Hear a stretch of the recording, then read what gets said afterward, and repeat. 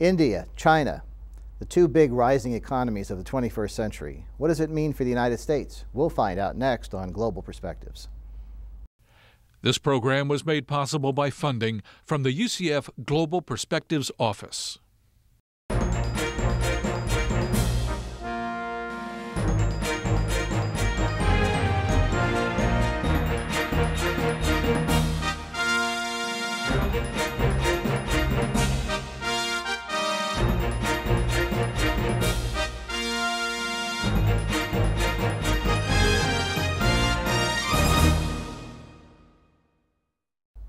Hello and welcome to the Global Perspective Show. I'm John Bersia, Special Assistant to the President for Global Perspectives at the University of Central Florida.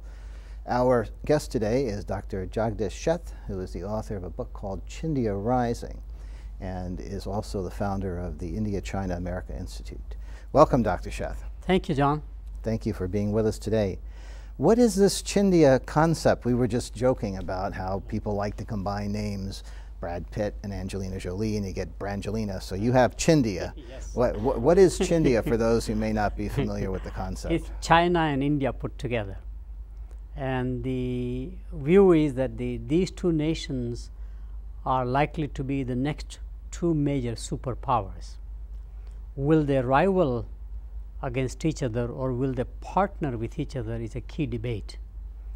The advocates of the word Chindia believe that the two will cooperate more and more, partner, despite the historical differences between the two.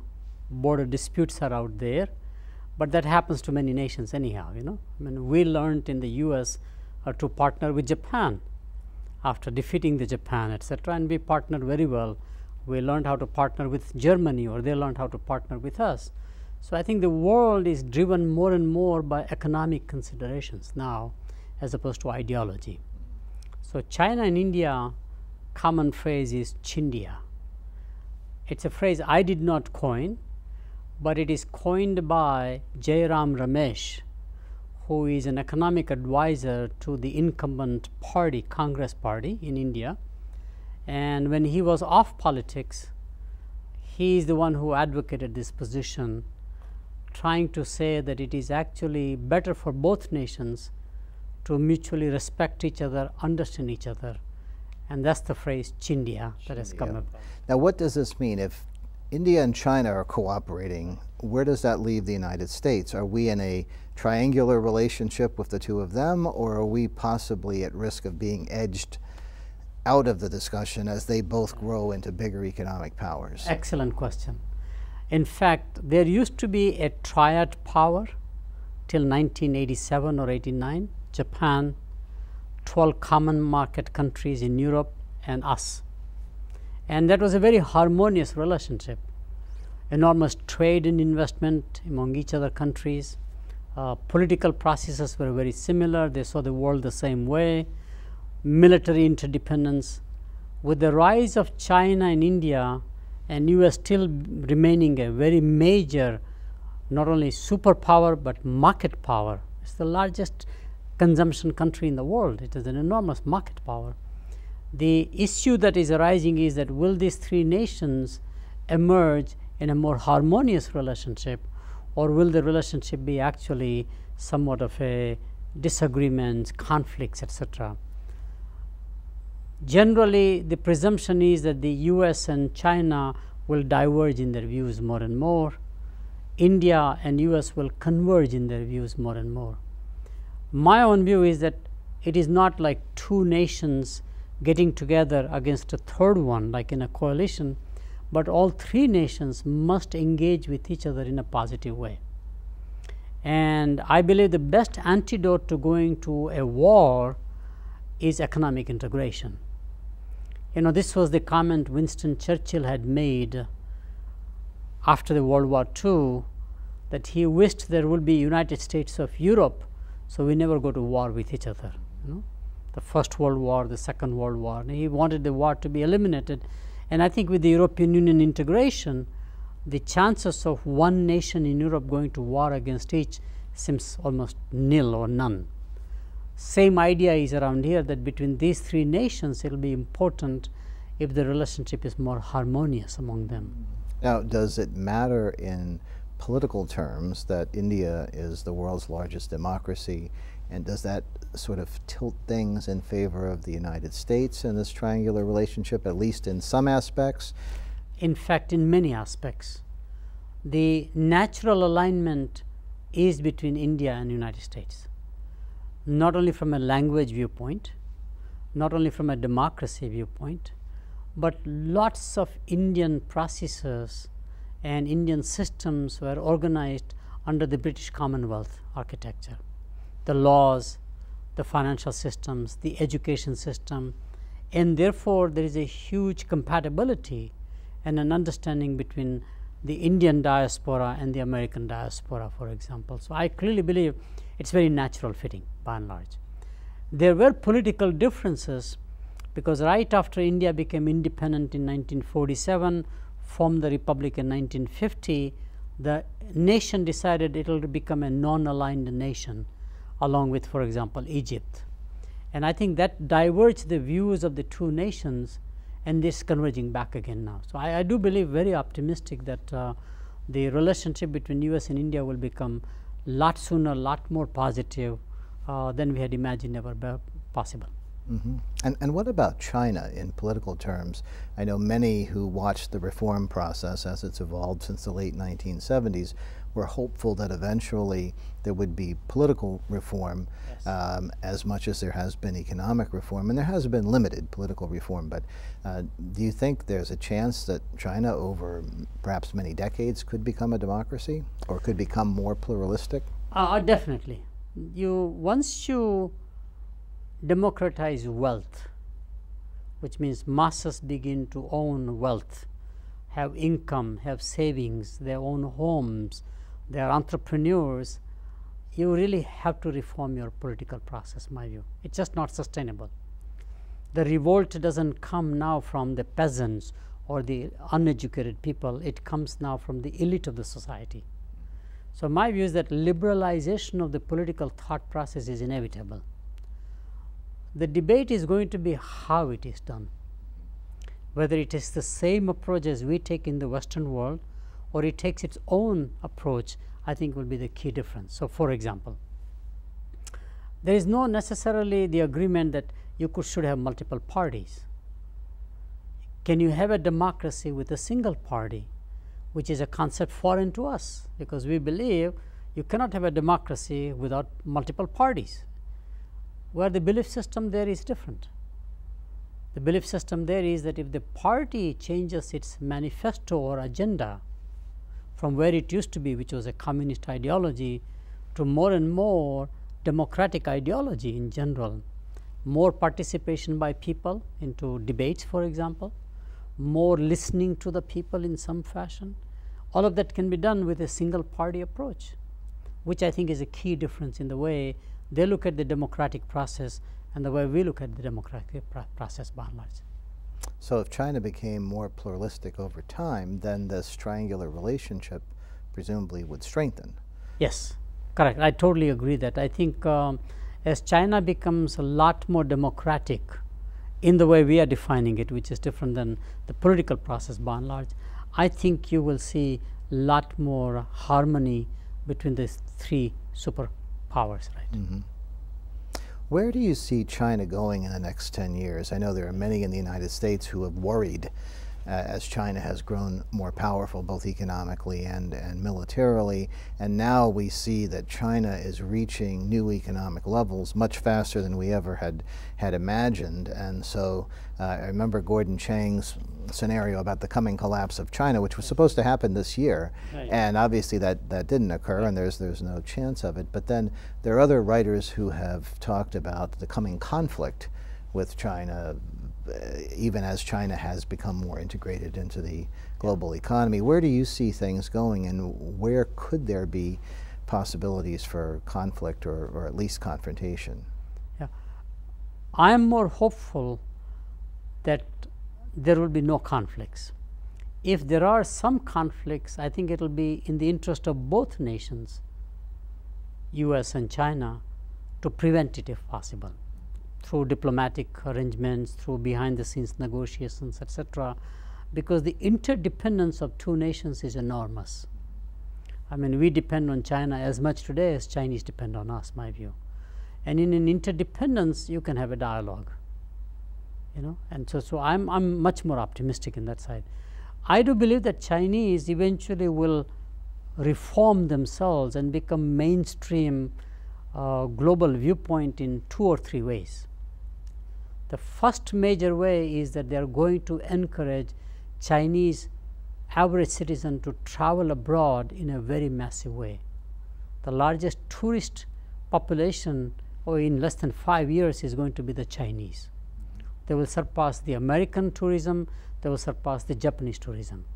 Now, we did the same thing in the 60s. We strongly encouraged our high school children, our college children to say, go and visit Europe, see how they behave, how they how they learn different cultures.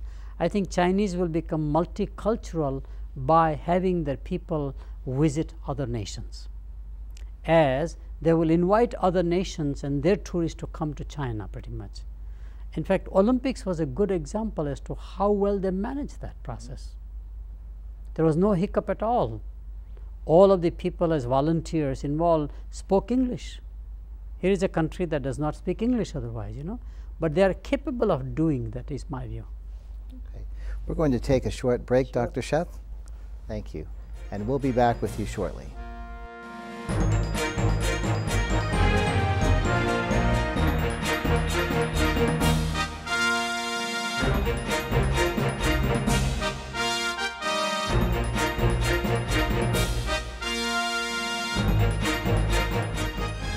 Welcome back to the Global Perspective Show. We're talking today with Dr. Jagdish Sheth, who is the author of Chindia Rising, a fascinating book about the rise of India and China as players in the global system. Welcome back to the show, Dr. Sheth. Thank you. So we were talking about how India and China have grown in prominence. We were talking about how the relationship might evolve between the United States and those two countries in sort of a triangular fashion, and what some of the democratic prospects were for China. But help us understand just how fast China has grown economically. There are some who think the United States will be the dominant economic power for decades to come, but there are lots of studies that suggest that's going to change, and probably much sooner than most of us had expected. No, I agree with you that I think rise of China came quite fast. Nobody somehow figured out how they would do it. They have done it, it will continue. By 2020 latest, China will be the largest single economy, not because of the export strategy, but every nation that begins as an export-oriented nation eventually has to generate domestic demand. So Chinese will change enormously their policy to encourage a lot more dependence on domestic consumption. So China becomes a large domestic market, and therefore the rest of the world has to participate in that market. So for example, automobiles. China now is the largest automobile buyer in the world, surpassed us, and growing still very fast. Cell phones. Chinese have 700 million subscribers. While we invented the cell phone, we commercialized it, we have plateaued at about 210 million subscribers. So we are going to smartphone strategy, but they are going into just basic telephony, a voice kind of a thing. It's just a fantastic large market opportunity for everybody to participate, both the Chinese companies as well as American companies, for example. So I think that will be the journey China will continue. I think it's very similar to the journey where we began in the United States 100 years ago, roughly. After the Civil War and the integration, for example, we began the journey, and I believe President Abraham Lincoln probably was the best president in articulating a policy of how, from a raw material exporting economy, agricultural economy, how this nation will become an industrial state, and did everything right in the process. And we rode that curve. I think Chinese will follow something similar. I wanted to talk about 3 impacts these two nations will have on the world. The largest impact will be on resources, because when you create a large middle class who otherwise did everything at home, now they are outsourcing rather than making things at home like cooking. they buy cooked products, rather than eating at home, they eat out in restaurants, for example. So all the branded product services will come in a big way, but that has a more enormous impact on the resources. Will there be enough resources to go around? That's a debate exactly, that it's coming too soon, too fast, and the nature cannot reproduce fast enough. And therefore, what's the solution? Well, one solution is to innovate and clone nature if possible. So you duplicate what nature does in a faster, stronger way. It's nothing unusual, because in the last century we changed medicine like that. Medicine used to be all vegetable, plant-based, animal-based, and we went into modern pharma, and in less than 100 years, now we make vitamins in the factory essentially. We make insulins in the factory, for example. We make all kinds of drugs in the factory now, right? So medicine is basically pretty much cloning somehow the nature with pharmaceutical technologies. I think it's going to happen, clearly one. I think we also will understand how to preserve nature, sustainability, how to nurture nature, rather than exploit it. I think there's going to be a mindset change. Environmental degradation, with these two nations becoming the largest carbon footprints eventually. It's a matter of timing. China is already number 1 or number 2. We are already up there anyhow. And of course, India is rising at the same time. I think they will all say it is in their self-interest to make sure that going forward environmental damage is not that strong. So clearly, one would be on resources, which also says that the Chinese and the Indians will have an enormous influence in countries which are resource rich, such as Africa, Latin America, part of the old Soviet bloc, for example, Central Asia, maybe some of the ASEAN countries like Indonesia, Thailand, etc. So we do see that the Chinese and the Indian will race for resources. The second one is markets. They will generate large-scale enterprises who will compete with our enterprises. So they will come here and we have to go there, which is globalization essentially. So you will see a lot more globalization of competition and globalization of markets. And in the case, I do believe American companies will do remarkably well. There are many, many industries where American companies will pretty much be taking over in many ways the Indian markets. The Indian markets really don't have too many incumbents, for example. Right now it is Japan and South Korea who are racing into India, because they are into appliances, consumer electronics, for example, automobiles, etc. And for the first time, I have seen finally an interest by the American companies in India.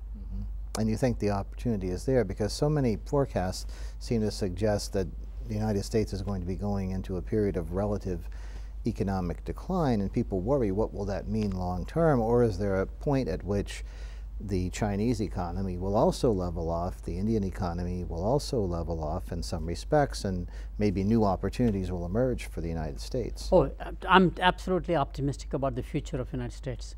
First of all, there has never been a sunset on this nation, and there will be none. Structurally, it is organized to revitalize itself. It has a strong base of entrepreneurship and a belief in entrepreneurship. You come from anywhere in the world, no matter who you are, and if you have the drive and the passion, this country is where you make your fortunes and your fame. I mean, history is incredible, and it's still going to continue. We are still the dominant nation to innovate. We invent more and more than anybody else, and we know how to commercialize it. So we invented telephone, we invented television, we invented the internet. Well, the next two major platforms are biological sciences and nanotechnology. Again, those are the kinds of technological breakthroughs which will move this nation forward. The third and more interesting part is that in a globalizing world, you have to attract investment into America by the Indian companies and by the Chinese companies. So foreign direct investment in America will grow enormously. We have already seen in the automobile, for example, that all 4 or 5 major German car makers, rather than exporting cars from Germany, are actually building plants here. BMW, Mercedes-Benz, Audi, and Volkswagen now. Same thing is going to happen with the Indian and the Chinese enterprises. Rather than exporting from their countries, they will invest in America. Indian companies are usually going for acquisitions as a strategy. Chinese companies are usually exporting and then building their own plants, typical difference between the two. But both have to come to America to serve this market, as we have to go to China and India at the same time. The last impact is going to be on the geopolitics of the world. The diaspora influence of China and India in Africa is enormous. So is in Latin America in many ways. So I think we have to accept the fact that the leadership of the world may not be as unilateral with America, just as Europe wants to be independent and have its own independent view on the global economy and global politics. I think we will see the same thing about emerging economies in general, including Brazil and Russia, China and India, and they have their own summit now, BRICS summit, and they are aligning emerging economies, aligning with other emerging economies. I think that architecture will be so influential that we need to accommodate more a pluralistic approach to our global economy. When you talk about where China and India will be, relatively speaking, vis-a-vis the United States in 10, 20, 30 years, will the United States be number 2, number 3 in that list? That's a debate. Generally, the view is that China will be definitely number 1. Number 2, number 3 is a race between US and India. And size of the population there is so large, but the buying power we have quite a lot at the same time per capita. If they increase their buying power per people quite a lot, for example, then it is possible that India can become number 2, and some people are even saying number 1, because by 2025, expectation is that China will slow down its growth, because it will be aging affluent population just like ours. India will reform quite a lot, invest in infrastructure, and will begin to increase its growth. About 2015, maybe 2020 it begins, but by 2025 it becomes the fastest growing economy in the world. So given that, some people are even saying that it actually China and India may be equal in power, or equal in economic power by and large. I wanted to make one more comment. You might have heard about Rudyard Kipling, who said, "East is east, west is west, the twain shall never meet." By the way, he's dead wrong. He's not only dead, but he's wrong also. Have you seen the westernization of Asian children? They're as Americanized as we are, pretty much. Not only in the dress code, music preference, food preference, but also in their values in many ways. But now what I see is Easternization of the world also taking place. Begins with spirituality quite a lot. Also begins with fusion of music, fusion of cuisines, fusion of arts, literature. So I see this blend as a very positive thing. There will be more a cultural fusion between the East and the West rather than a conflict as people might have expected. So you're looking forward to maybe half a century from now a more peaceful world because of all of these integrated interests and still differences, still conflicts from time to time, but generally speaking, we would be moving in the direction of more integrated interests. I think my view is that it's not a choice by any nation. It will happen, it has to happen. So I'm more optimistic in that direction, that we'll have a lot more peaceful world with the rise of China and India than we would have otherwise. Great. Thank you, Dr. Sheth, for joining us today. Thank you. Thank you. And thank you for the Global Perspective Show. I'm John Bersia. We'll see you next time.